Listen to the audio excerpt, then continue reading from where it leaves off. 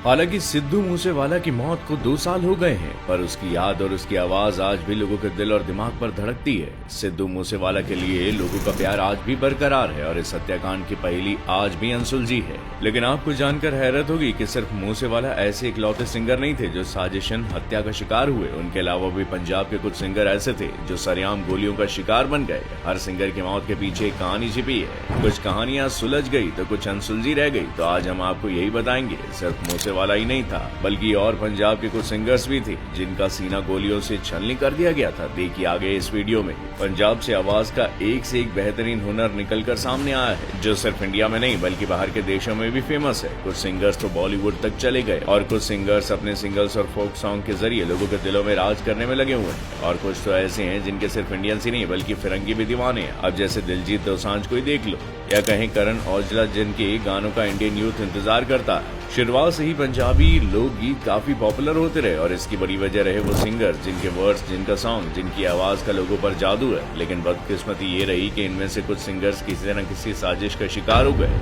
और कुछ की सरेआम हत्या कर दी गई। कुछ को इंसाफ मिल गया तो कुछ की कहानी पर अभी भी क्वेश्चन मार्क लगा हुआ है। इनकी हत्याकांड के बाद बहुत हंगामा हुआ, लेकिन फिर भी ऐसी और वारदात को अंजाम मिलता ही रहा। इस लिस्ट में जो नाम सबसे ऊपर आता है वो है सिद्धू मूसेवाले का। शुभदीप सिंह सिद्धू यानी सिद्धू मूसेवाला, ये वो पंजाबी सिंगर है जो अपनी उम्र का तीसरा दशक भी पूरा नहीं कर पाया और गैंगस्टर की गोली का शिकार हो गया। 29 मई 2022 को गैंगस्टर लॉरेंस बिश्नोई गैंग की गोलियों का निशाना बने सिद्धू की मौत को पूरे 2 साल हो चुके हैं। पंजाब के गांव मानसा में घर से कुछ खाने के लिए अपनी गाड़ी से निकले थे कि 2 या 4 नहीं बल्कि ताबड़तोड़ 24 गोलियों की सिद्धू पर बौछार की गई। शूटर्स ने अचानक मूसेवाला की गाड़ी को घेर कर गोलियों की बरसात कर दी थी। इस मर्डर केस में कई आरोपियों को गिरफ्तार भी किया गया। 2 आरोपी तो पुलिस एनकाउंटर में ही मारे गए। जिस तरह ये मर्डर हुआ उसे मानना काफी आसान था कि ये सब प्लान था। मूसेवाला की फैमिली का कहना है कि जब सिद्धू के हत्यारों को सजा नहीं मिल जाती तब तक उसके जस्टिस के लिए वो लड़ते ही रहेंगे।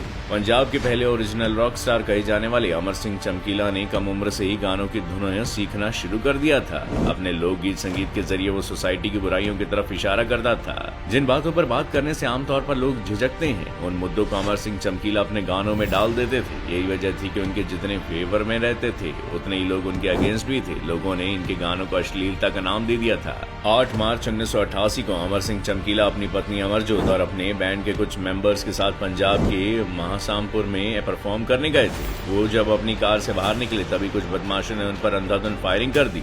उस वक्त अमरजोत प्रेग्नेंट थी और इस फायरिंग में उनके सीने में गोली लग गई।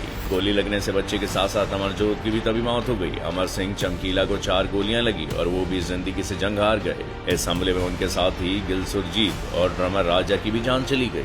चमकीला की मौत के बाद कुछ लोगों का कहना था कि उनकी हत्या के पीछे टेररिस्ट का हाथ है, तो कुछ लोगों का कहना था कि उनके बढ़ते फेम की वजह से उनके कुछ साथियों ने उनकी हत्या कर डाली। ये भी कहा जाता है कि कई बार चमकीला को खालिस्तानियों से भी धमकी मिल चुकी थी। साथ ही अमरजोत का किसी और कास्ट का होना भी उनके विरोध की वजह बना। फिर ये तक कह दिया गया था कि शादी के बाद अमरजोत का बैंड में परफॉर्म करना उनकी सोसाइटी के लोगों को पसंद नहीं आया और इसलिए मर्डर केस को अमरजोत की फैमिली ने अंजाम दिया था। चमकीला की मौत के बाद कहा तो बहुत कुछ गया, लेकिन इस मामले में किसी की गिरफ्तारी नहीं हुई और अब तक भी ये मामला सुलझ नहीं पाया है। पंजाबी सिंगर नवजोत सिंह विरक का मर्डर साल 2018 में हुआ था। सिर्फ 23 साल की उम्र में इस नए कलाकार के सुर थम गए। मर्डरर्स ने 7 गोलियों से इनको मौत के घाट उतार दिया था, जिनमें से 2 पीठ पर और 5 छाती पर लगी थी। लगभग 5.5 साल बाद पुलिस ने 2023 में इस मर्डर केस की गुत्थी सुलझाई थी। इनके हत्यारों को यूपी के शामली से गिरफ्तार किया गया था। हत्यारों से पूछताछ में पता चला था कि दोस्तों के बीच गाड़ी को लेकर बहस के चलते नवजोत पर गोली चला दी गई और नवजोत की मौके पर ही मौत हो गई। सिंगर दिलशाद अख्तर, जो न सिर्फ लोकगीतों के जरिए अपनी आवाज के जादू चलाते थे बल्कि कई पंजाबी फिल्म्स में प्लेबैक सिंगिंग भी करते थे। साल 1996 में गुरदासपुर गांव में वो एक शादी में परफॉर्म कर रहे थे, तभी एक पुलिस वाले ने उनसे किसी दूसरे सिंगर का गाना गाने को कहा। जब दिलशाद ने इसके लिए मना किया तो उस पुलिस वाले ने सरेआम दिलशाद को गोली मार दी। सोचो कितना दर्दनाक होगा सिर्फ ना कहने का अंजाम। कहते हैं कला पर कोई बंदिश नहीं होती, इसकी कोई हद नहीं होती, तो कलाकारों को पूरी रिस्पेक्ट देनी चाहिए। लेकिन ऐसे हादसों के अंजाम देने वालों की अपनी सोच होती है और उनका मतलब सिर्फ उनके हुनर या कला से नहीं होता, बल्कि सिर्फ एक सनक और बंदूक की ठनक उनके सर पर सवार रहती है। बेशक से ये कलाकार आज इस दुनिया में नहीं है, लेकिन लोगों में इनकी आवाज को लेकर दीवानगी आज भी सवार है। आप बताइए दोस्तों, आपको मनपसंद सिंगर कौन सा है? हमें कमेंट करके जरूर बताइएगा। साथ ही वीडियो को लाइक और शेयर करना ना भूलिएगा और ऐसे कंटेंट के लिए डू फॉलो फैक्टिफाई।